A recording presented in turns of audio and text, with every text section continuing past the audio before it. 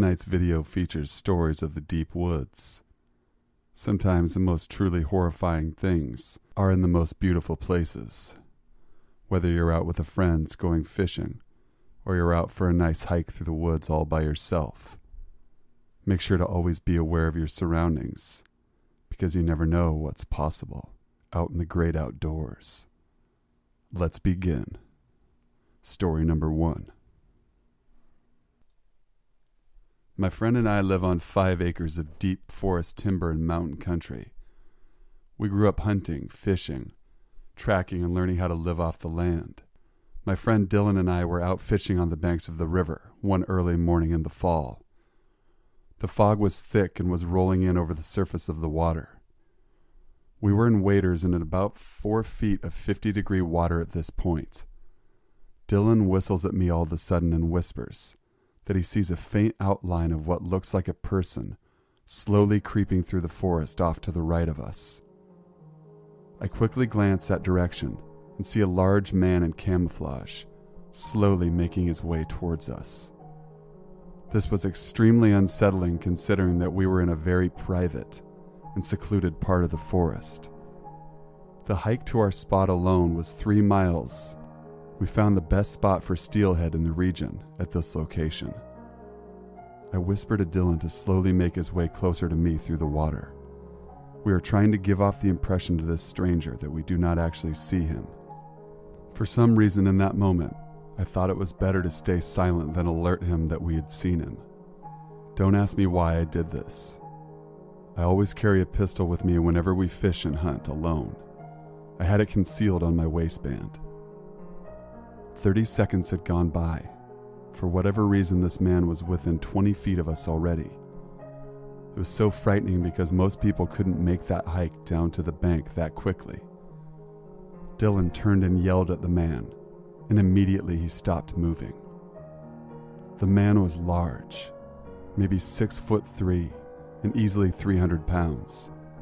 He had a thick mustache and dark-rimmed glasses. He locked eyes with me and said nothing. It was so insane at this point because all the forest noises had ceased. No birds chirping, no wind rustling through the pines, and no movement. I reached down to my pistol to draw, and the man said, "Hold on, boy, just relax." He spoke in almost a whisper tone at this point. "Hey, do you think you can shoot all of us?"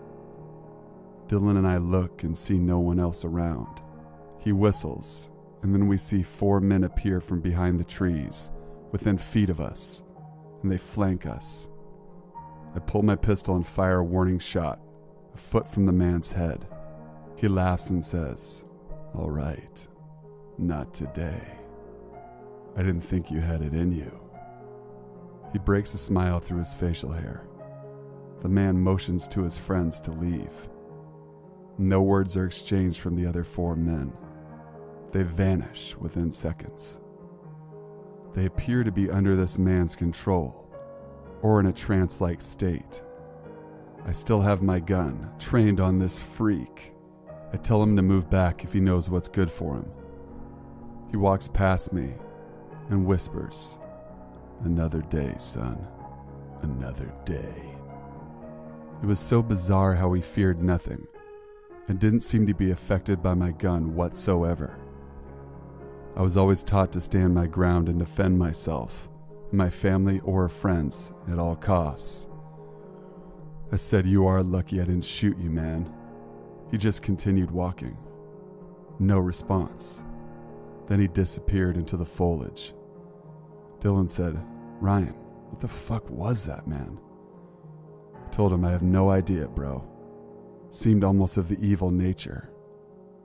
We packed up as fast as possible and hiked out of there. We took an alternate route and were looking around us the whole way back. We made it to my truck and got on the gravel road. We hauled ass in a dust cloud and tried to leave behind that near-death experience. I still feel off to this day. Story number 2.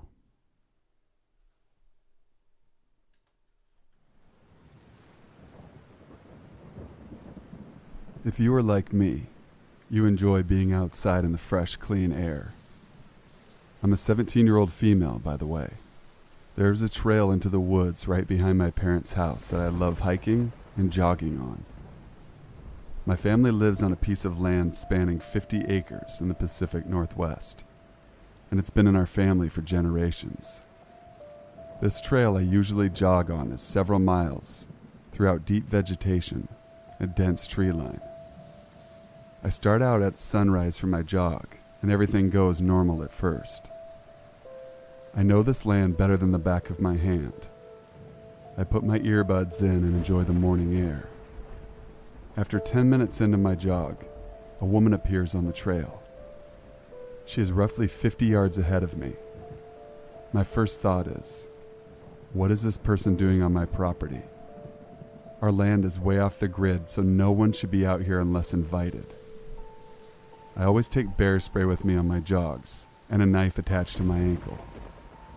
I slow and approach the stranger. She is waving her hands and asks me for help. She said that she is lost and needs directions to get back onto the main road. Huge red flags thrown at this point. The main road? What the fuck? The main road is miles, and I'm talking miles away. So bullshit on this lady. I explained to her that she must be confused. I've always been outspoken and a take charge kind of girl. So I pull my knife out and bear spray can and point them in her direction. I said, "You have two options. Leave now the way you came, or I'm going to spray you." She didn't respond at all. I heard a rustling in the bushes behind me. A man appears with a huge knife, and the woman hit me with a large stick. I hit the ground, but it didn't knock me out. I got to my bear spray and sprayed them both in the eyes.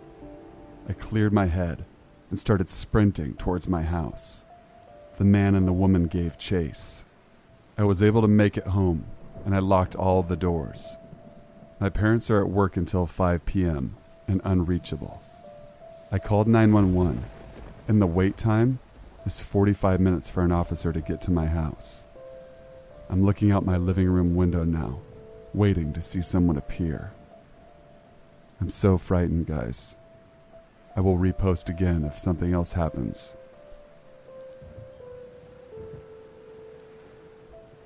Story number 3.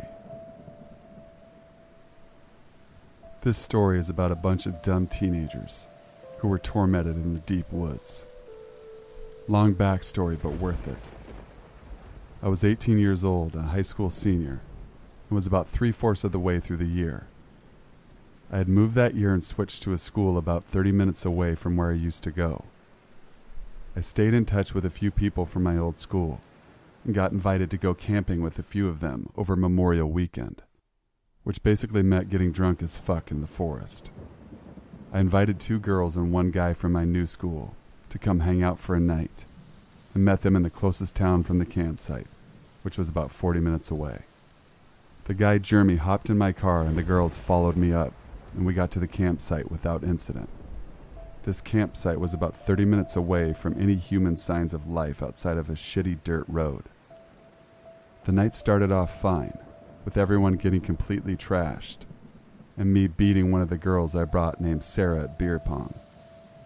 I guess to the 18-year-old version of me, that night couldn't have been going any better at that point.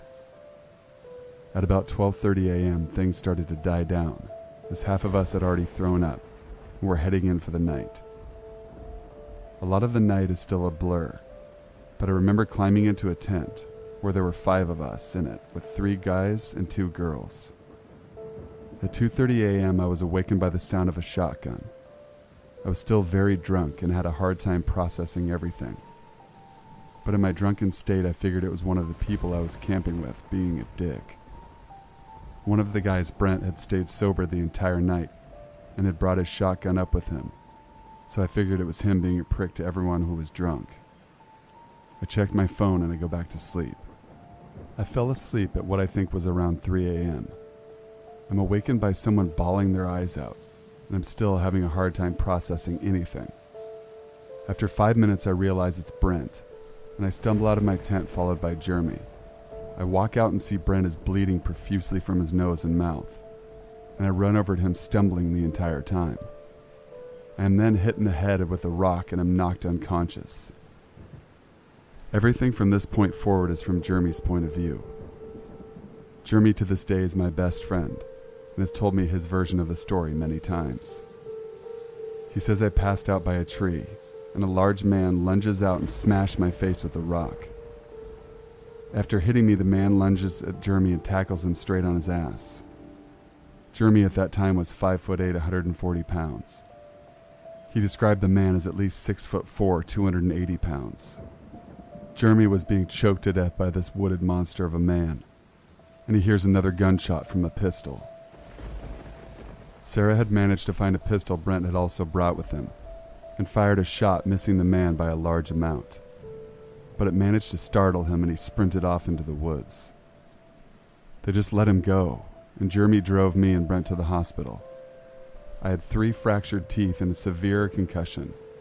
Brent had part of his tongue mutilated with a knife and a broken nose. Brent has never talked to me or any of his friends from that trip about what exactly happened when he was outside alone with the man, and he refused to give the police much of a description. The man was never caught, and I've never been in the deep forest again.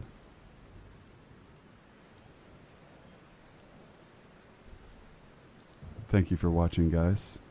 Please be sure to leave a like, comment, share, and subscribe to the channel for future content. I will be collaborating with Swamp Dweller in the next week or two, so keep an eye out on my channel as well as his for our collaboration. Please email your stories to thesinfulsavant@gmail.com. I need more stories to keep providing you guys with new, fresh content that no one's heard before. I hope everyone had a great week and has an even better weekend. Till we meet again, stay sinful.